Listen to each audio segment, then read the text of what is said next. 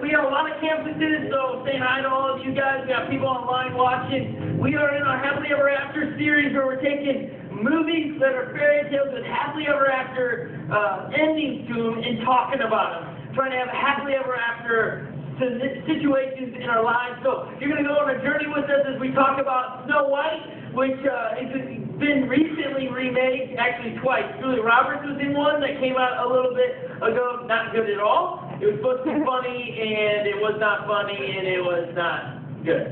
Then came the Snow White and the Huntsman. Now that was good. I like the medieval times. If I had to pick a time period that I would like to go back and live in, for whatever reason, I would love to live in the medieval days. It just, man, when I watch movies like that, it's just like, it looks like fun. I don't know if I'd be a good sword fighter or not.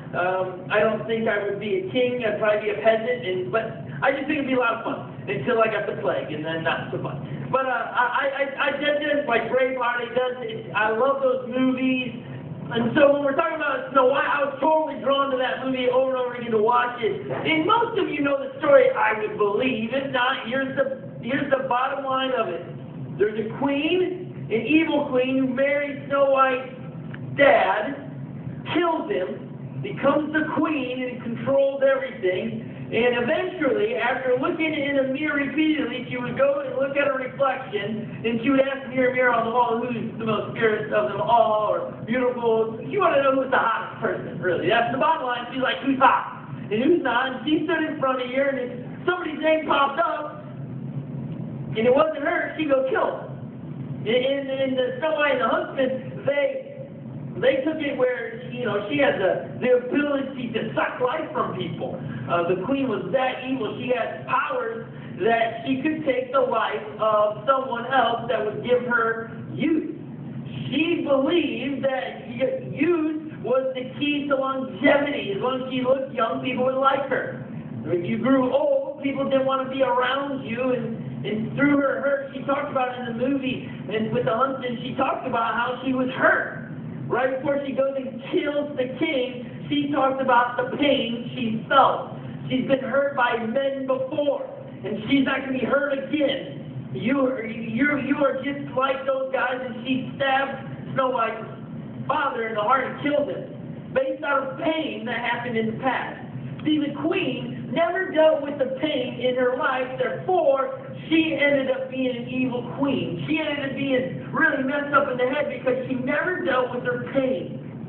And that's what I want to talk about today is can you actually deal with pain in your life and have happily ever after? Can you be happy with life when it's all said and done? Can you be happy when you experience heartbreak? When I say heartbreak, I don't just mean breaking up with your boyfriend or girlfriend. I'm talking about disappointment. I looked up in the dictionary and I wrote it down like this. The dictionary defines heartbreak as crushing anguish and distress or grief. In today's world, the term brokenhearted usually describes someone who has suffered a failed relationship or loss of a loved one. A search of the internet that I like to do very periodically makes it appear as though almost all heartbreak comes from divorce or breaking up with your boyfriend or girlfriend. But a broken heart may not be brought on by a large amount, but broken hearts may be caused by a large amount of causes such as disappointment in your life. You're not happy where you are. I know you're like 13, 14, 15, 16, 17, 18, and you're not. Man, you could be disappointed where you're at. Maybe you're disappointed in the way school's going for you. Disappointed in where you live. Maybe it's a loss of possession. Somebody stole something, or you lost a job, or mom and dad, man, they just aren't treating you how you want to be treated. Maybe you don't feel loved by mom and dad. Maybe a friend that was so close to you, they stabbed you right in the back. Maybe you were betrayed. Maybe you lost somebody, and not just lost somebody like they're around, but man, they're no longer here. Whatever the cause, the pain of the heartbreak is enormous for you, and no one else can experience it for you. When I talk to somebody and they're talking about their pain that they have and the things that are going on in their life, and they share it with me, I can relate a little bit, but I'm not in their shoes. When we are in somebody's shoes of their pain, their broken heart, that's when you feel it, but we can't get into other people's shoes. We sit and listen. So as you're sitting where you're sitting, maybe you've experienced some broken heartedness. Maybe right now, currently, you've got a big smile on your face, but on the inside you're crushed. Maybe you don't feel accepted by mom or dad, or you don't feel like anyone would care at all if you weren't even around anymore. You're sitting and you're dressed really nice today, you're looking really good, no one would have any idea. Guess what? When you look at the Queen in Snow White, at the beginning of the movie, if the narrator did tell you she was an evil queen, you have no idea because she looks really pretty. She's got it all together. When she goes to the mirror and she looks at her reflection, you see the reflection, you're like, she's got it together. The minute she asks the question who's the fairest of them all, that's where you start going, something's not right. And then you begin to hear the story of the Queen, and by the story, you learn her pain. See, a lot of you guys aren't sharing your stories. You're locking them on the inside. It's my hopes over the next few minutes we take a journey that helps you process your pain. I'm not trying to dredge up the past. I'm not trying to make you feel I'm not trying to I want to help you though. Because you have two options when it comes to pain. You can be soft in the heart. You can be, I'm going to learn from this, I'm going to move forward. Or you can be like a rock, hard, stiff, unwilling to move, unwilling to listen to anyone, unwilling to accept help, unwilling to share your thoughts. See, someone gave me a while ago, when I say a while ago, like 10 years ago, they gave me this rock. It's a rock that comes from New Zealand. I met a guy and he had a great conversation with me a few times. I really didn't talk about much with him. I just shared what my life goal was and how I was running after it. And he was from New Zealand, and I thought that was it. Like 6 months later, I get an envelope in the mail, and it has this and a little one. This rock, and I'm like, that's so weird, what is this rock? And I pull it out, because, you're just getting this in the mail, you're like, that's weird. There's a letter, and then I open up the letter, and it began to read, this is a gem, it is a rock, but a gem in New Zealand that fighters got. Fighters that won, they collected these. The more they had, the better the fighter they were. The bigger it is, the better the fight was. He sent it to me saying, Scott, the fight in you, I've not seen in many student pastors, and he sent it. To me, this is very honoring. But this thing's hard. I looked it up. It's called jade rock. I looked it up. This stuff was used for weapons. It doesn't really chip. I could drop it, and I don't think it would shatter what I've read. Not willing to drop it. But what I've read, this is really hard. People use it as weapons. See, some of you in your heart is like this. It's just hard. You can't do anything with this. I mean, you use it as a weapon. Yeah, you can inflict pain on other people, but that's exactly what happens when you let your heart get hardened through pain. You just hurt people. Hurt people, hurt people. You can't be like this. This is not how you were designed. I mean, I've been on a kick in the last couple of weeks talking about what God's designed us to be like. Because I want you to know that God has designed you a certain way. When sin entered the world is when we became the way we are.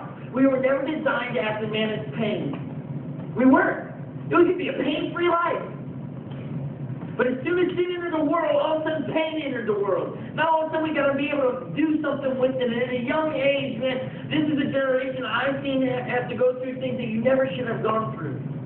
Man, I wish I could wrap every one of you up in some bubble wrap and protect you. I wish I could protect you from what your parents might say to you. I wish I could protect you from what your teachers would say to you. I wish I could protect you what you think of yourself when you look at your reflection in the mirror. I wish I could protect you, but I can't.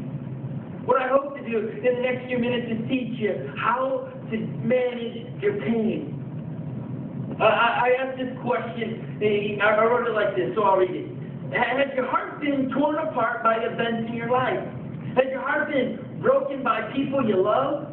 Does your mind feel the pain so much that you have trouble thinking of anything else? Do you feel that you do not matter to anyone? That there is no more hope for you? Do you feel crushed inside under the weight of your troubles? And you're not alone, because everyone in this room and online and at our campuses has gone through pain at some point in your life. It is now the question is, what are you going to do with your pain? How did you handle your pain? The world would tell you, go to drugs and alcohol. Man, numb the pain. Hollywood's really good at painting that picture in the movies, man. Somebody's hurt, they get a breakup, where do they go? To the bar. They lose somebody dies in their life, where do they go? They go to the bar. Well, that's what society says to manage your pain, man. You numb it. Just forget about it. That road leads you to more pain and more trouble. That is not the end result. That is not how God put his instruction manual. I know, read anywhere in the Bible where it says, when you experience pain, don't get wasted. There's nowhere in the Bible. In the Bible, there's our instruction manual on how we best can function. The world would say, let's analyze your situation. Then let's medicate you. Let's get drugs in you that will slow you down. They'll give you advice to take antidepressants. They'll give advice. I looked up what are like people that would counsel you that are not in the church. What are they telling you? This is what they're telling you. Take this drug. That doesn't work, then they're going to give you a piece of paper and write all your angry words down on that paper that you want, all the troubles, and then they're going to tell you to tear it up. Then they're going to tell you, well, you're not alone. Everyone feels pain. And then they're going to let you go. And they're going to charge you like $1 bajillion to tell you all those things. And at the end, you're going to walk out, and you're still going to feel the pain. Because that's not how we deal with our pain. That's not how we get rid of our pain. Medicine won't work, drugs won't. There is a more efficient cure. The world's focus is on your feelings, but God's focus is on your heart. See, the people are trying to manage how you feel. Because when you write things down, yeah, at the moment you feel better, I got that off, feel much better. But the pain's still there. We haven't dealt with the pain. We've only dealt with the feeling. The feeling is the symptom of the pain. See, God is interested in your heart. He wants to know what your heart is. What's the condition of your heart? And here's how do I know that? And I read it in the Bible. 1 Samuel chapter 16 talks about the heart. It comes in the story. God says to Samuel at the time, says, hey, look, all these guys you're looking at, they're not the next king because you're looking at the outward appearance, that they look put together, they're smiling, but I look at the heart. I look at the condition of the heart. I do not look at the condition of their body. Guys, I want to know, what is the condition of your heart as you've dealt with pain? According to the Bible, let me break down in case you're sitting out there going, when you say heart, Scott, what do you mean? What is my heart? God is looking at my heart, so what does that mean? A person's heart reveals his true nature and motivation. In Jeremiah chapter 17, verse 10, the Bible says, God searches the heart and examines the mind, and then rewards people for what their conduct deserves. Your heart is your nature and your motive. God will search your heart and examine your mind and then reward you based upon your conduct. So God's concerned about your heart. In Jeremiah chapter 17, go back a verse, it says this, the heart is hopelessly dark and deceitful, a puzzle that no one can figure out, but I, God, search the heart and examine the mind. I get to the heart of the human. I get to the root of things. I treat them as they really are, not as they pretend to be. See, that's the beautiful thing about God, is He's looking at your heart, because on the outside we can play the good part. You got friends that go to school that are dressed in name brands, and man, mom and dad totally hate them. And they feel unloved. And they don't know what to do. All they know to do is continue to put on the smile and put on the name brand clothes and walk around. But they haven't done anything with their pain. God wants to look at your heart and says, let's deal with your heart. Luke chapter 21, verse 4, or 1 through 4 says this. Just then he looked up and saw the rich people dropping offerings in collection plate. Then he saw a poor widow put 2 pennies in. He said, and Jesus said, The plain truth is that the widow has given far greater of an offering today. All these others made offerings that they'll never miss. She gave extravagantly what she couldn't afford. She gave her all. As Jesus pointed out, when observing the widow's offering, the significance of the action is driven by the heart. Jesus said the widow gave more to the temple by giving 2 coins than those who put much more in the temple treasury because of what her heart was saying. I only tell you that story to really just back up the whole idea. God's concerned about the condition of your heart. He does not care if you have Nike tennis shoes on at the moment. It's time to be real, young people. It's time for you to sit where you're at and really ask yourself, have you managed your pain right? Is it a fake smile that you're walking around with? Psalm chapter 147, verse 3 says this: He heals the brokenhearted and binds up their wounds. He heals the wounds. Who's He? God. It is not drugs and alcohol. It is not those things that are going to cure you. They will numb, but the pain will still be there. God is the only one that can heal you. There are heaps of people that try all the time, different scenarios to get healing in their life, and it's only God. You can't argue with it when it says in Psalm 147, He heals the brokenhearted and He heals the wounds. He binds up the wounds. Maybe some of you heard of a guy named Job. There's a whole book of the Bible named after Job. Job is a very interesting guy. In his day, he was one of the most wealthiest guys in his day. The story goes, and you can read it for yourself, Job chapter 1, just start reading it. You'll be blown away with this story. Because in one day, Job lost everything. When I say everything, his kids died. He lost all his money. He lost all his cattle. He lost everything. There was nothing left. And someone came to him and said, you lost your kids.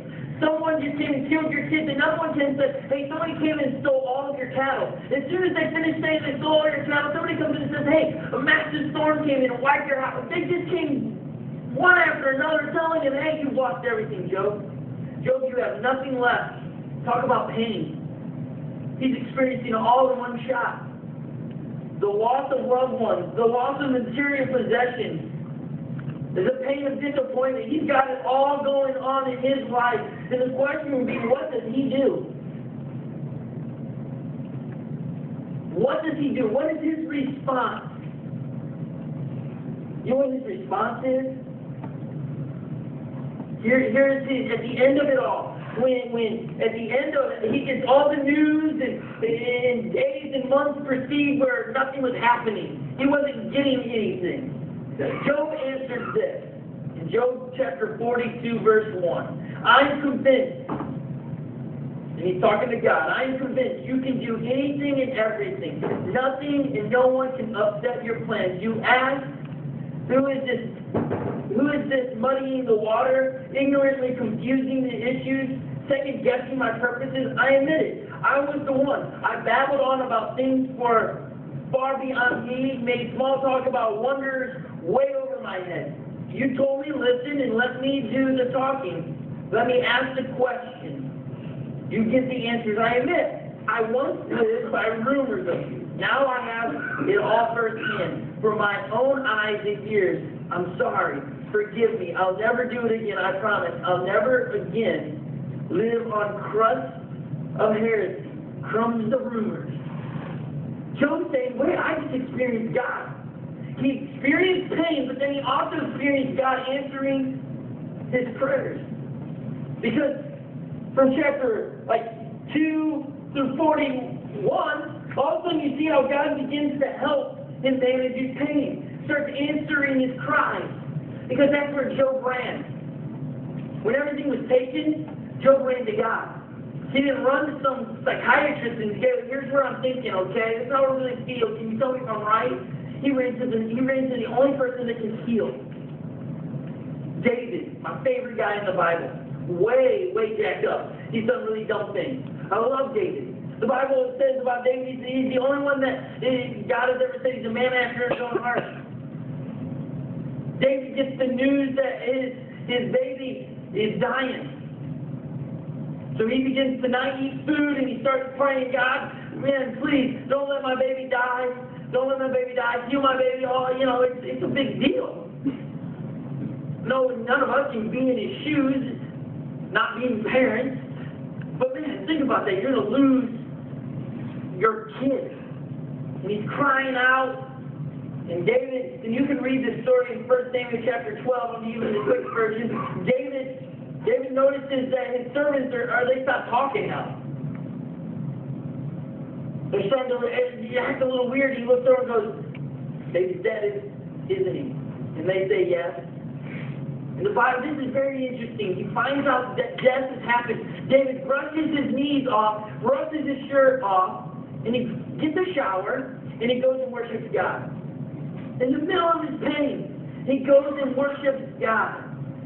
Again, young people, I tell you that story so you know where to go. Psalm chapter 34, verse 18 says, if your heart is broken, you'll find God right there. If you're kicked in the gut, He'll help you catch your breath. That's pretty cool. When you feel beat down, when you feel just like the world has crushed you, you're like, where do I go? God's saying, hey, I am the cure. I'm the one that's going to help you. Proverbs chapter 3, verse 5 through 6 says this, trust in the Lord with all of your heart and lean not on your own understanding. In all of your ways acknowledge Him and He shall direct your path. I read that verse to you because, man, some of you are going, I don't understand this. Listen, just because you don't understand this doesn't mean you shouldn't go to God with it. Because I guarantee you, if you cry out to God, if you say, God, I do not feel love. I need help. Heal me from the inside. Heal me. He will. He will. I read it in the scriptures all over the place. 1 Peter chapter 5, verse 6 through 7, it says this, humble yourself, therefore under God's mighty hand, and He will lift you up in due time. Cast all your anxiety on Him because He cares for you. He's telling you to humble yourself. Okay, I'm going to submit myself under God. I'm going to come to God, and I'm going to cry out to Him. And when we do that, it says that He will lift you up. See, guys, I don't follow any of you around with video cameras.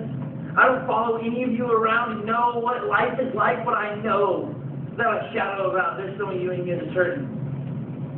Some of you in this room, you need a moment with God. Because you haven't done it yet. You've tried all of the other things. You've tried to Facebook it, you tried to tweet it, you tried to sit down to a friend and confess all your pain, but it didn't work because you didn't go to the right place. And that's God. See, we want to give you over the next just few minutes, because we're going to wrap this thing up. Over the next few minutes, we want to give you a chance to go to God. We call the front of our room at this point the business section. This is where you're going to come and do business with God. We're going to give you a moment to do business with God, to come to Him just as you are and cast your cares on Him. And we're going to do what it says in Matthew chapter 11, verse 28. It says, come to me, all of you who are weary and burdened, and I will give you rest.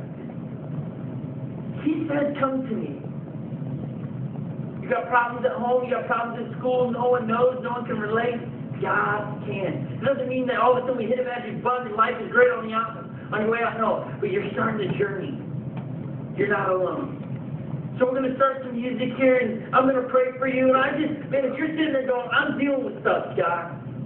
I'm going to humble myself. I'm going to be honest with you. I'm dealing with some things. I'm not going to come around and tell me, okay, now what are you dealing with? You don't have to tell me. This is between you and God. You stepping out and say, God, I'm dealing with something. I need your help.